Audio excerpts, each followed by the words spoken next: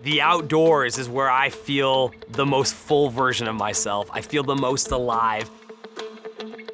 The beauty with the internet is I'm able to connect with people globally around this love for getting into the outdoors and inspire them to get outside and to stay stoked.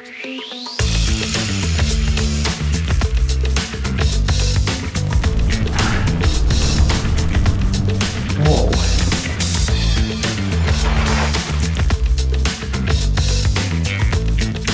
My name is Wade Holland. Some people call me the Stoke King. I'm a video creator, adventurer, very passionate human being, and someone with the goal of wanting to get more people into the outdoors. The content that I'm creating is, here's an unconventional, lighthearted approach to your relationship with the outdoors. It doesn't have to look and feel like you've seen for so long. If you can get into the outdoors, things slow down. You start understanding what really matters in the world. I grew up in Montana.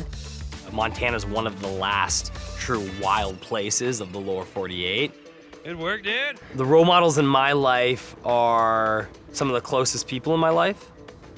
My dad being one of them. I think my dad's a great man. Growing up, my dad was taking me to retrace the steps of the Lewis and Clark Trail. And we were going on these historic routes deep into the wild in Montana. So early on, I was super lucky to form a relationship with the outdoors. And my dad's a huge component in that, teaching me why it's important to have this relationship with it, but also how to protect it, why to conserve it. There goes Wade. Nice job, buddy.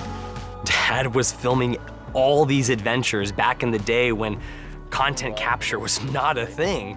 He had the old school, camcorder on the shoulder going into the wild on canoe trips.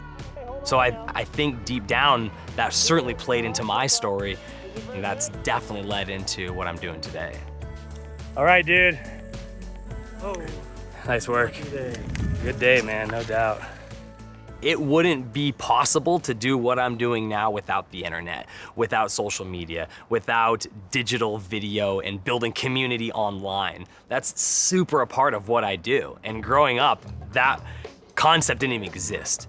So I didn't know exactly what I wanted to do because it didn't exist then.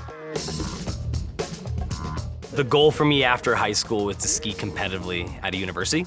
So that's what brought me down to Colorado. I was doing these huge stunts. I was thinking that that was what I would be doing with my life.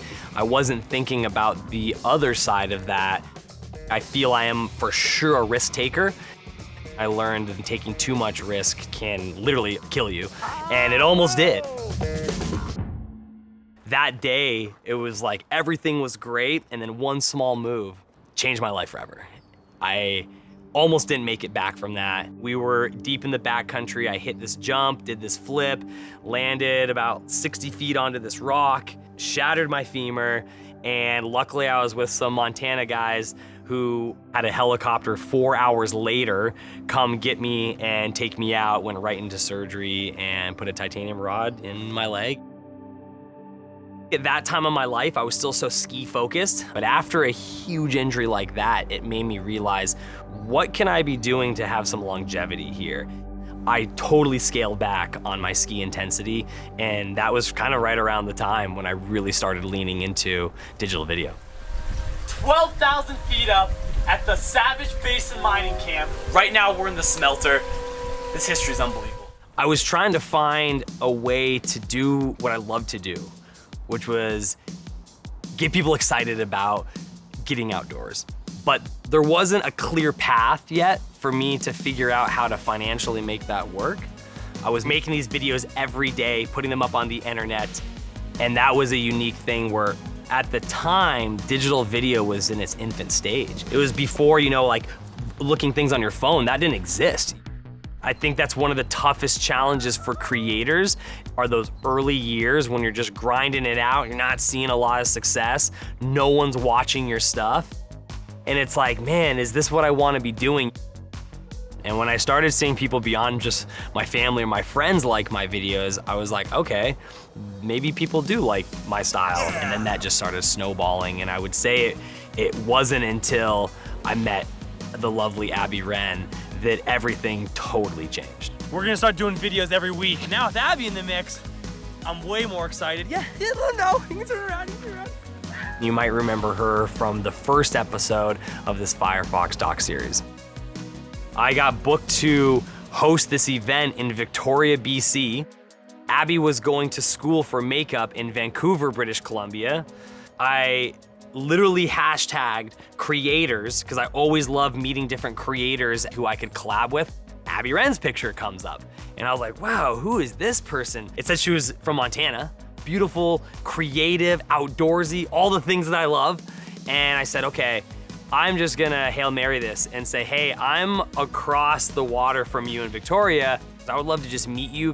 Lo and behold, she gets back to me and says, if you can come over and see me, I'd love to just get a coffee or beer with you. Barry was not running that day. It's like, okay, maybe I'll try to book a seaplane. Nope, totally all booked up. So I went up to this helicopter company and said, hey, I'm trying to go meet this woman who could be my future wife, and I have my camera with me. If you just let me get on this helicopter, I'll make you guys a 30-second video. And they said, wow, get on. And I didn't know who this woman was. Fly in, meet her, but instantly fireworks. Like, the chemistry was insane. And so I was supposed to be there for a day. I stayed a whole week. And then in 3 weeks, I convinced Abby to move to Colorado. She moved to Colorado, and we started our life together. And here we are today, getting engaged and getting married next year. Yes! Any other questions? I actually have a question. What? Yeah. But like, when I met Abby, my life changed in so many ways, including my career. She also is a very creative human being and a creator herself. So that was the first time I had ever paired my life with someone that really understood what I was doing, not only supported it, but got involved with it and co-created together. Okay, so what if you started just right around the corner? So you just kind of like jump into frame from those 3 steps a little bit.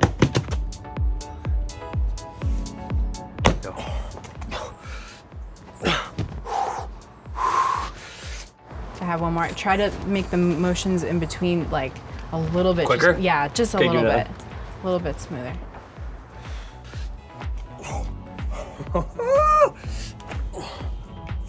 Very good. Okay, so now I'll go. Yeah.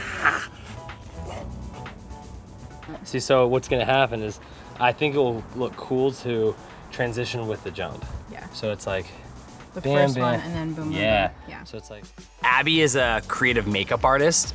She is so ridiculously talented with what she does as an art form. She transforms herself into these wild, crazy characters. I'd always flirted with being in Los Angeles, so we said, let's pack bags and head on west. We moved out here and the pandemic hit. It pushed me harder as a creator than I had ever been pushed before, because I was taken out of my world of comfort and then taking it inside, which is really not my world of comfort, and figuring out how to still make the style of videos that I would normally make. Once things started opening up, I was able to get outside. It was one of the first times that I really started digging into what's in LA's backyard. I was finding local ski hills that were 20 minutes from my house, backcountry hot springs right in our backyard, things that I would never have imagined existed in one of the biggest cities in the entire country. By being out here in a more urban landscape and then exploring the vastness of the outdoors so close to the city, I realized that not everyone wants to experience it the same way that it's been done for years and years. And the people that are going into these places all look the same. So it made me think like, maybe this is an opportunity to start showing you can do it differently. We need to get the non-outdoor crowd excited about the outdoors. Whatever city you're in, there's green space out there, there is, and all you have to do is go to it and experience it the way that you want to experience it. Whew. How you feeling? A little nervous. Are you really? Yeah, this Oh, one boy. this one literally always makes me nervous because it's not even a real sport. Yeah, and also you have no brakes. doesn't have to be downhill rollerblading. It can be finding a little park right behind your house and singing and dancing in it. You don't have to hike Everest. You can do it whatever kind of elevates your stoke. That's what I'm after. I want to try to always find different creative ways to get people engaged with it. Reconnecting people to the outdoors, getting them to start forming that relationship again, I think people start finding things that they are grateful for, and they find little bits to appreciate in life. And you can start with tiny little slivers of stoke and it grows to a full pie of stoke. And that's the beauty of the creator space and the internet, that it's endless opportunity to do it the way you want to do it.